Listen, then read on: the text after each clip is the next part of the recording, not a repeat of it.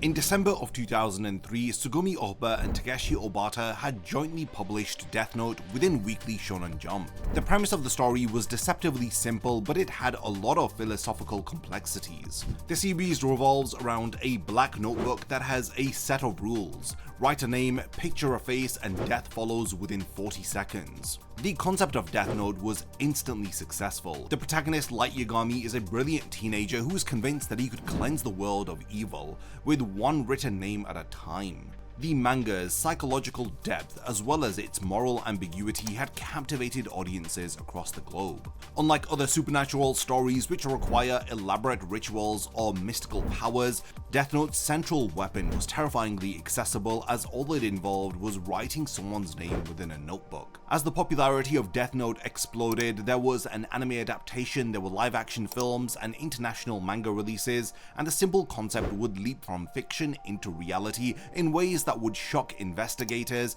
and traumatize communities and force governments to grapple with the question whether if Death Note was safe for its target demographic to read.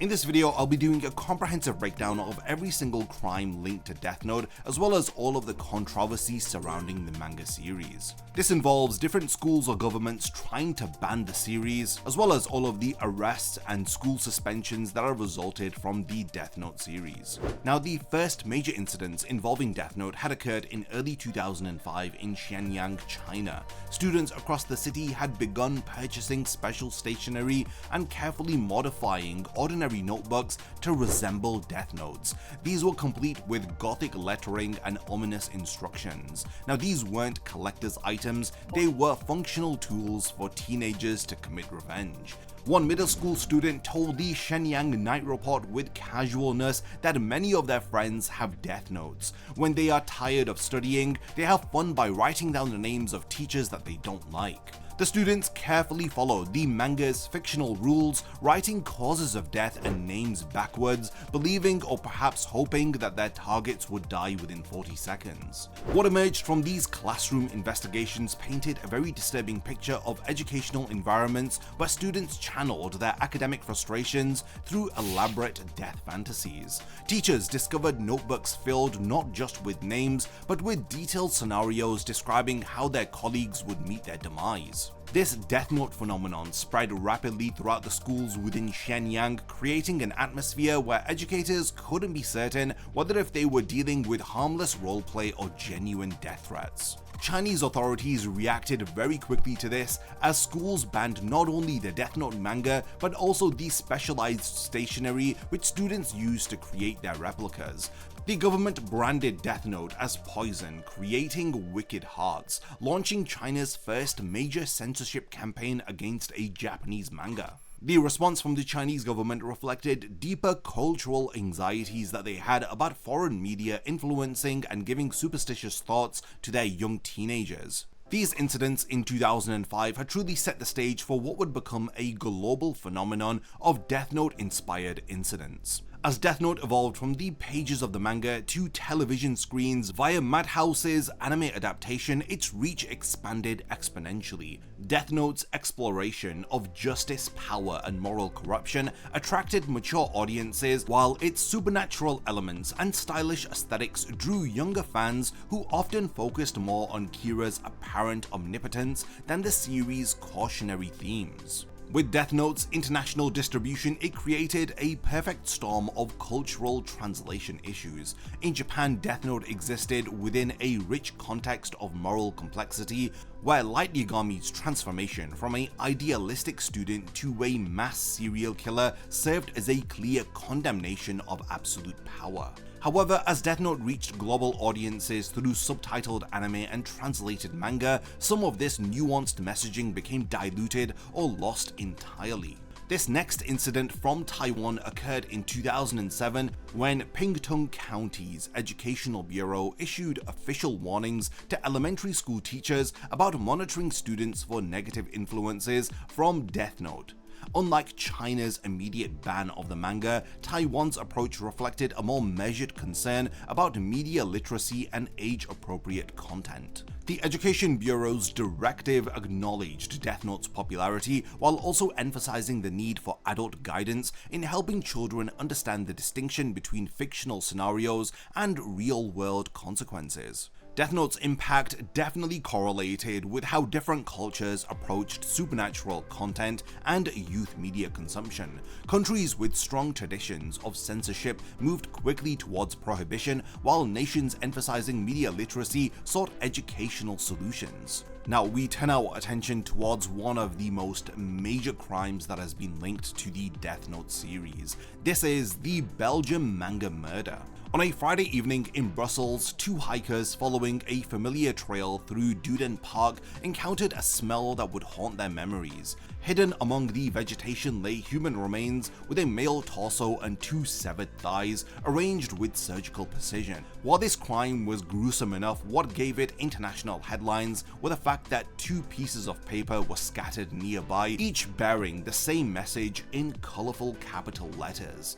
It stated, "Watashi wa Kira desu." This note was a misspelled Japanese phrase which translated to "I am Kira." This immediately caught investigators' attention as the Belgian police recognized the reference to Death Note's vigilante protagonist. The crime scene also displayed other bizarre theatrical elements which seemingly were ripped from the Death Note manga. There was a 50-meter trail of rice grains leading to a Japanese character drawn in the grass, body parts shaved with clinical precision, and dismemberment executed with almost surgical skill. For 3 years, the manga murder had captivated Belgian media and baffled investigators. Theories had spread wildly. Was this the work of medical students with access to cadavers, given the academic calendar timing and precise cuts? Did Belgium have its own real-world Kira inspired by the Death Note manga? The missing head, arms, and lower legs made victim identification impossible, when the only witness was a jogger who recalled seeing a blonde man lying in the area. It's no surprise that there were no useful leads. The case's theatrical staging suggested someone who was very familiar with Death Note's imagery and symbolism. The location near Brussels' highest point seemed deliberately chosen for its godlike vantage point, echoing Kira's self-proclaimed divine status. The shaved body parts and ritualistic rice trail indicated planning that went far beyond a simple murder. It suggested either elaborate psychological dysfunction or calculated misdirection from the killer. There was a major breakthrough in the manga murder case in September of 2010 when the arrest of 4 young men aged between 22 to 24 had happened. Now, the truth behind the murder appeared to be more mundane but also disturbing than investigators had theorized. The victim was a 30-year-old who had been living as a roommate with the suspects in an apartment. What began as a dispute over residency status escalated into a fatal confrontation on the night of the 11th to 12th of September 2007. According to the prosecutor, the suspects were all manga enthusiasts with no criminal records. They had killed their roommate during an argument about his refusal to move out.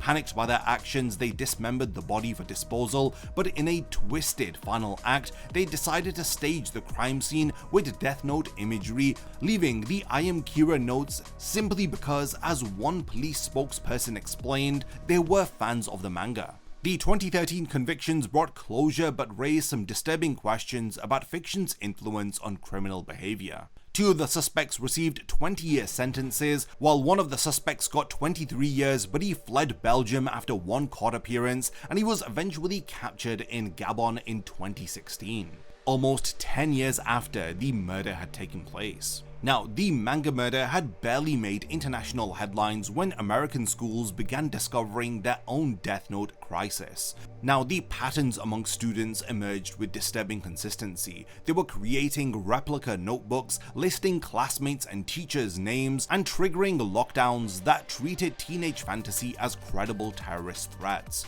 Richmond, Virginia's Franklin Military Academy marked the beginning in November of 2007 as a high school senior's Death Note replica, complete with classmates' names and fictional death scenarios, had prompted immediate suspension and a panicked letter from the principal to all parents. The letter from the school administrators referenced an unofficial Death Note website where visitors could enter names and death circumstances, highlighting how the manga's concept had spawned interactive digital extensions that authorities were finding deeply troubling. The Death Note incidents escalated rapidly across American schools. In Hartsville, South Carolina's middle school, they treated a student's 7-name Death Note as equivalent to a bomb threat in March of 2008. They implemented emergency protocols typically reserved for genuine terrorist incidents. Principal Chris Rogers' letter to parents captured the post-Columbine shooting paranoia perfectly.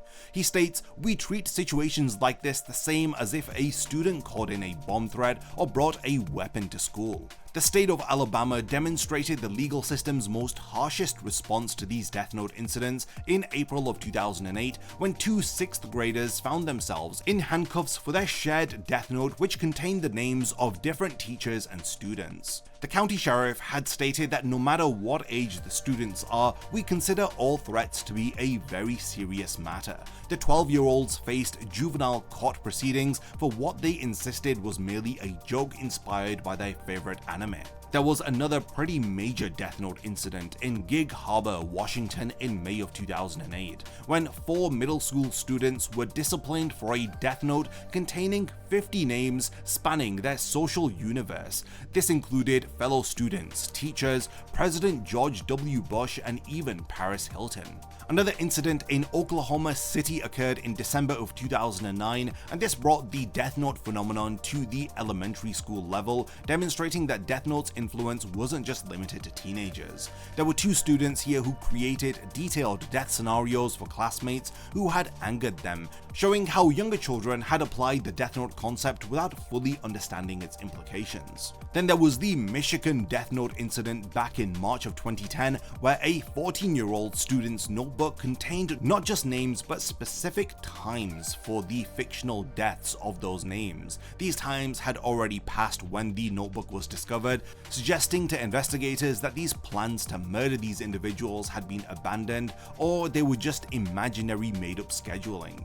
The indefinite suspension of the student reflected the school administration's uncertainty about distinguishing between genuine threats to life and elaborate roleplay attempts. Then we have the state of Pennsylvania, which had its own 2 significant Death Note incidents, which had bookended the entire Death Note American criminal saga. The 2010 Avonworth Middle School incident became notable for including Justin Bieber alongside local classmates. This time around, the student got a 3-day suspension, and it represented more of a measured response than the earlier zero-tolerance approaches that we had seen in those 2007 Death Note incidents. The 2015 Lower Burrell case brought the phenomenon full circle when a 5th grader had posted his Death Note pages on school walls. In New Hampshire, there was a case in 2015 where a 15-year-old female student's notebook contained 17 names with specific death dates and elaborate scenarios that read like professional creative writing exercises. The discovery of this notebook triggered mass parent meetings, social media campaigns, and Daniel Charest's Facebook activism involving Columbine fears, as some of those who were involved were afraid of another Columbine incident occurring. The pattern across all of these incidents revealed some consistent themes. Students were using Death Note imagery to express social frustrations, authorities struggling to distinguish fantasy from genuine threats, and communities grappling with media influence on youth behavior.